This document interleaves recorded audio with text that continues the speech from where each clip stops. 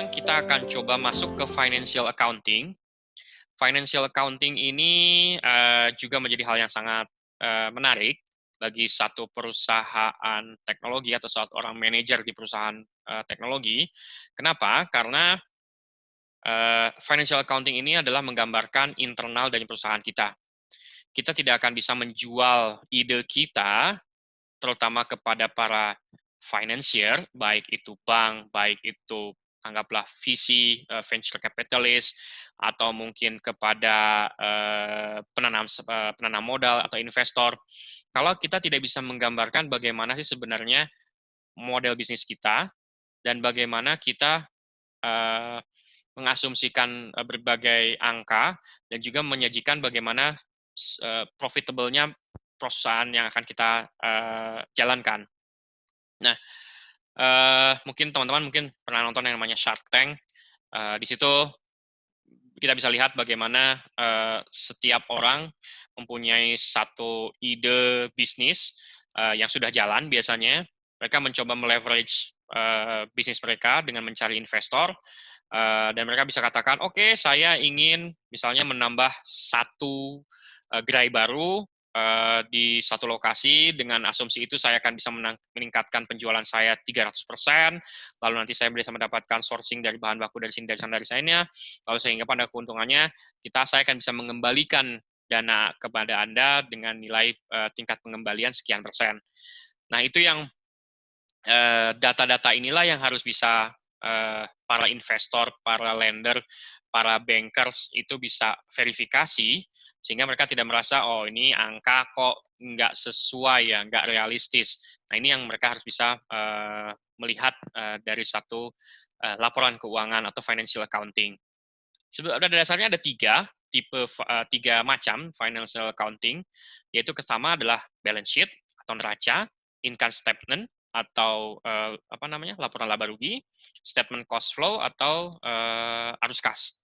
Nah, kita coba lihat masuk satu-satu. Yang pertama adalah balance sheet atau balance. Sesuai dengan namanya, balance, seimbang. Ini menggambarkan keseimbangan antara aset. Aset itu adalah bagaimana kita membelanjakan uang kita, baik itu dari berbagai macam bentuk aset, baik itu produktif ataupun konsumtif atau apapun itu. Dan biasanya di laporan keuangan disajikan dalam susunan mana yang paling liquid terlebih dahulu. Liquid dalam arti bagaimana mana yang paling mudah untuk di-convert menjadi bentuk uang cash. Dan ya yang paling gampang jadi uang cash adalah cash atau cash equivalent. Lalu mungkin account receivable juga, inventories itu mungkin dalam inventories yang bisa dijual dengan waktu cepat, itu menjadi current asset. Tapi kan kalau misalnya kayak mesin, itu tidak mungkin kita bisa menjualnya dengan cepat, maka kita mungkin ditaruhnya agak di bawah. Dan ini kalau seperti mesin, bangunan, tanah, itu biasanya kita tidak bisa dengan mudah untuk menentukan angkanya, karena itu berdasarkan valuasi atau mungkin dari nilai perolehannya, lalu dihitung dengan depresiasi dan sebagainya. Dan inilah di sisi aset. Lalu di sisi liabilities dan equity, kenapa kita pisahkan liabilities equity, itu justru karena dari mana sih kita dapat uang untuk belanja di sebelah kiri tadi.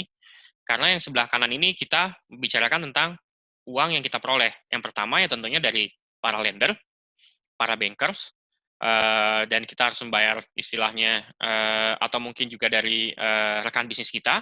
Ini menjadi kewajiban kita untuk mengembalikan. Sementara yang kedua adalah equity. Equity ini dari internal perusahaan, dari retained earning kita, atau mungkin dari saku atau dari kocek masing-masing pemegang saham. Dan ini menjadi penting karena ketika satu perusahaan yang sehat, itu pastinya mereka tidak bisa mengandalkan hanya dari pinjaman, tapi harus ada modal yang disetorkan, harus ada modal yang diikutsertakan dalam satu bisnis tersebut.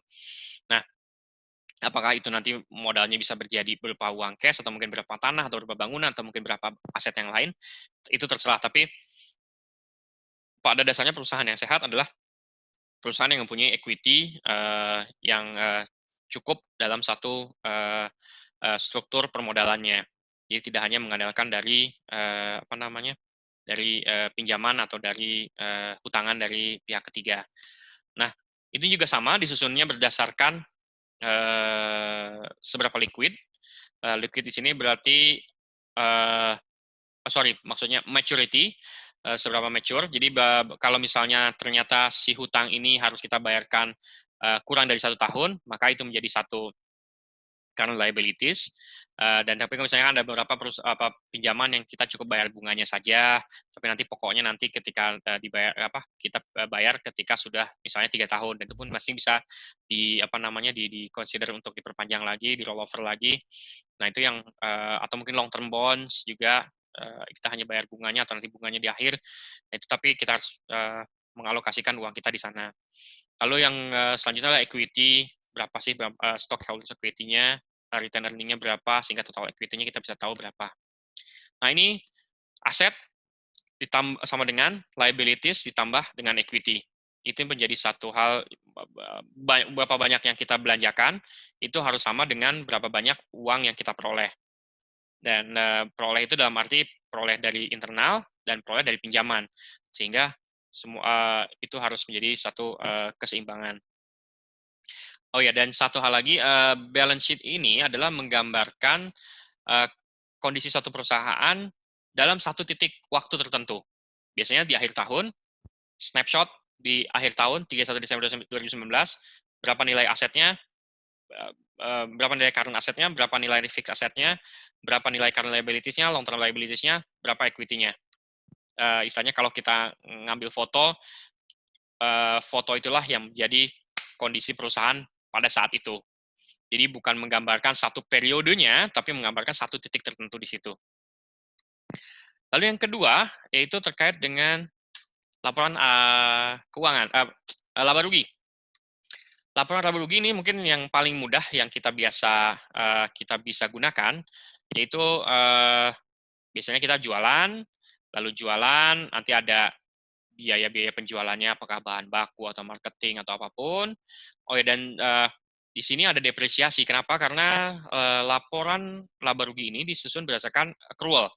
Accrual itu dalam arti tidak ada beberapa kayak misalnya kita pembelian rumah tidak sesuai dengan bentar, nih kayaknya sakit perut ya.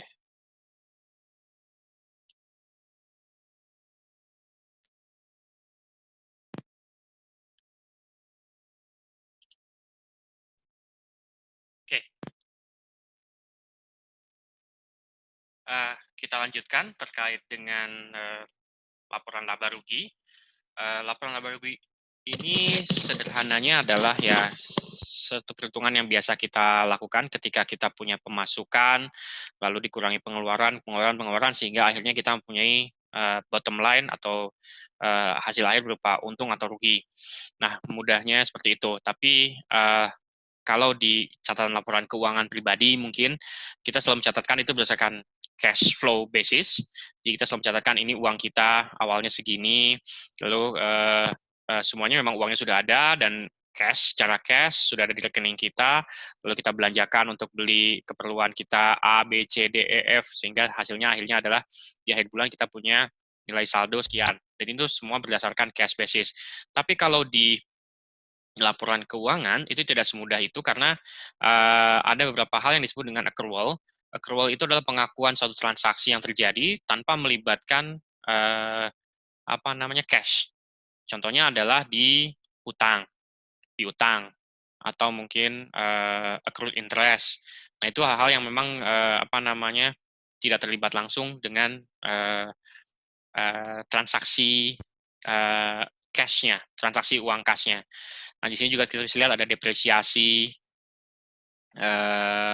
Jadi ketika pertama kita membukukan net sales ya, lalu kita tahu berapa cost of sales kita, lalu dikurangi dengan depresiasi, lalu kita bisa tahu total operating cost kita berapa, sehingga kita bisa dapat EBIT. EBIT itu earning before interest and tax, lalu dipotong dengan interest sehingga kita dapat EBT, earning before tax, lalu kita potong dengan tax, jadi net income before untuk dividen yang didahulukan, lalu net income untuk common stakeholders, sehingga additional to retain earnings-nya berapa. Oh ya, dan laporan keuangan ini selalu disajikan biasanya dalam 2 tahun, tahun sebelumnya menjadi sebagai satu pembanding di 2019-2018. Jadi kita selalu bisa membandingkan antara kondisi 2018 dengan 2019. Beberapa pertanyaan mungkin yang bisa kita kita bisa elaborate di dalam satu laporan keuangan adalah apa aja sih barang yang sudah kita jual dan bagaimana impact-nya terhadap keuangan perusahaan. Misalnya, kita ternyata bisa menjual 100 unit pesawat terbang, tapi belum ada satupun pembayaran yang kita terima. Jadi kita cuma bisa buat, lalu kita ternyata bisa deliver, tapi kita belum terima satupun pembayaran uang cash-nya. Sehingga itu yang disebut kita dengan accrual, sehingga keluarnya accounts payable. Lalu what cost yang in normal operation to generate revenue, itu untuk cost of sales-nya. Lalu bagaimana company profit-nya. Dan itu 3 hal mungkin yang kita bisa elaborate di sini. Oh ya, dan laporan keuangan ini lain halnya dengan balance sheet atau dengan neraca. Kalau neraca hanya menggambarkan satu titik tertentu, kalau income statement atau laporan rugi menggambarkan satu periode tertentu, biasanya satu periode tahun. Jadi dari 1 Januari sampai dengan 31 Desember satu tahun tertentu.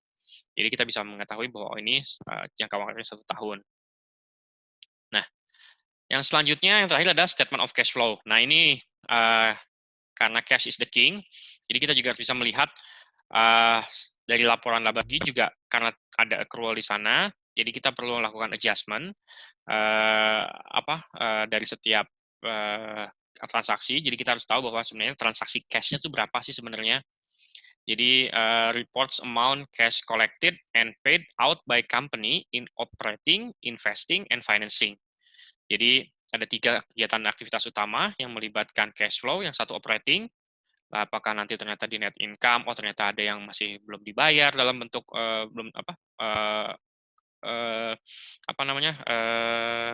revenue-nya. Jadi kita belum bisa akui sebagai revenue, tapi masih kita bisa akui sebagai account receivable atau piutang. Lalu juga dalam long-term investing asset juga kita juga ini ternyata kita harus beli cash untuk beli aset atau kita cicil. Lalu bagaimana kita financing activities-nya, bagaimana kita mengeluarkan bond, bagaimana mengeluarkan dividen atau pembayaran dividen. Nah, itu juga menjadi satu hal yang digambarkan dalam satu statement of cash flow.